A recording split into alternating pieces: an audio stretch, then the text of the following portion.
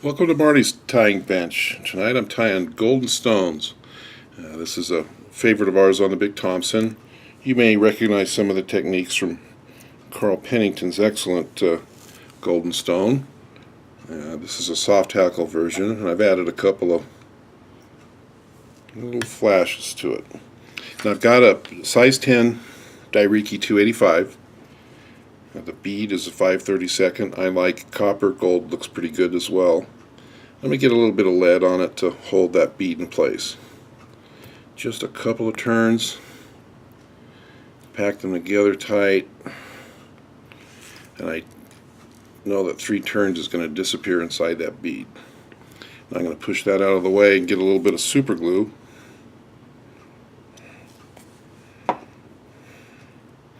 Probably not necessary on this fly since I won't be making any turns on top of lead, but especially if you decide to weight these and put more turns of lead on, you want to use that super glue.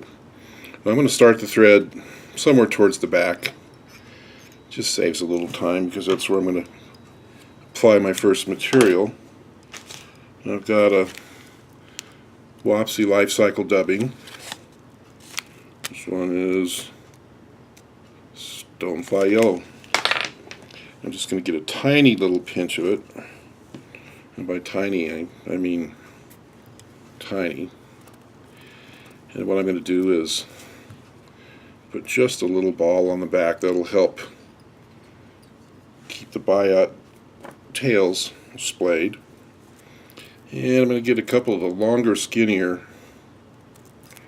Biots from out on the tip.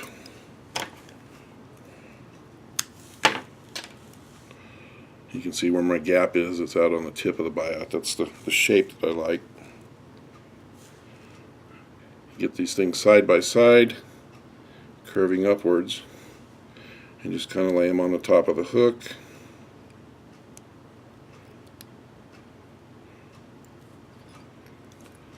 One turn and maybe a wrap back into the dubbing, and that'll spread them out pretty good. And I'm going to use the rest of those Biots for part of the bulk here, so I don't trim them, I'll just wrap over them. Now, the body on this thing is vinyl D-rib. This is an amber. You can use yellow, whatever color you like. I'm going to lay this on the side of the hook towards me and make even wraps of thread until I get back to the end. Now I've got some Mirage, very shiny stuff. The light's not going to go through it, it's going to reflect. This is the large size on the spool. And I'm going to tie that one in on the back.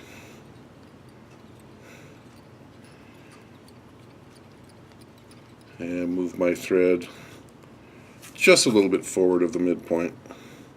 And I'm going to pull that Mirage over. Manipulate it with your fingers if you need to get that right on top. Now I'm going to take this vinyl and turn it so that the round side's out. And as I go, I can tug on the flash. Like I said, I like to keep it right on top.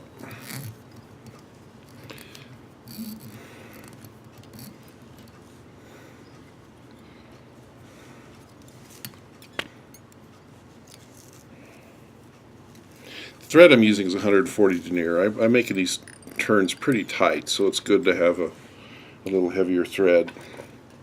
This is Danville's. UTC works every bit as well. I like to use fingernail nippers to cut that vinyl close. Now before I move on, I'm going to color this up a little bit. I got a brown Sharpie, and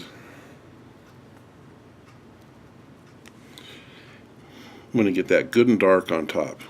See, it's still bright on the bottom. You can see the browns on the top. Then I'm going to take my finger and just lightly rub it. That'll give me some color segmentation there. The ink will sit down in there in the cracks. but I'll wipe it off the high point. Now I've got some clear cured glue hydro. It's just a tiny amount. And really the purpose for this is just to keep that ink from getting rubbed off. So a very thin layer is all I'm going to need.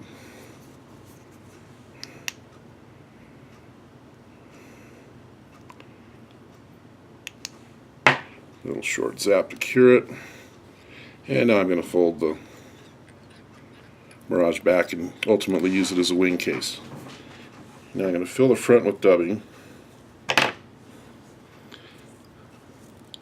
Same life cycle, golden Stonefly yellow.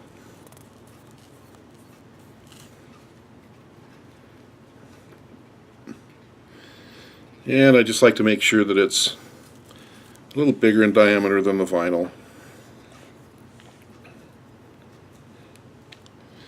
And I'm not packing it very tightly against the bead because I got to make a couple of turns of Softhackle up there.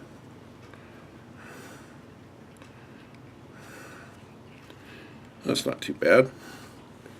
Now, if you watch the video when I tied the taboo caddis, you'll see I use this Brahma on the chickaboo pelt, and I cut the tip out and used it for the wing. Well, I saved these stubs just for this fly. This is a pale yellow. It's really quite an olive color. And I'm going to peel it until I've got a few strands sticking back, and that'll let me lay this one right behind the bead and get a couple of wraps right on the stem and pull it right down in. Now, I'm not going to trim those other ones because they're the same length as what I'm about to wrap, and just let them add themselves to the mix. I'm going to kind of fold the hackle just very gently as I turn so that these sweep back. And this is a pretty dense feather, so that's all I need is a turn and a quarter. And I'll have plenty of fibers. Now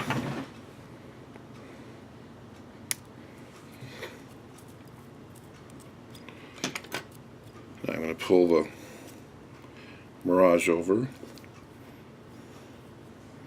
and get that caught behind the bead with the wrap. And then whip finish.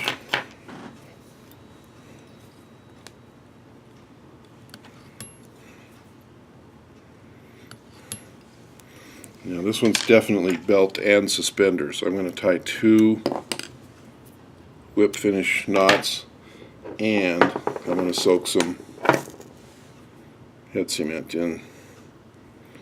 This is water based. It gets nice and clear when it dries, so I'm just going to paint that thread. There you go. Golden stone, got the dark on the back, light on the bottom. And when you see this thing in person, that really looks like wet gold on the back. It's got a good shine to it. Have fun.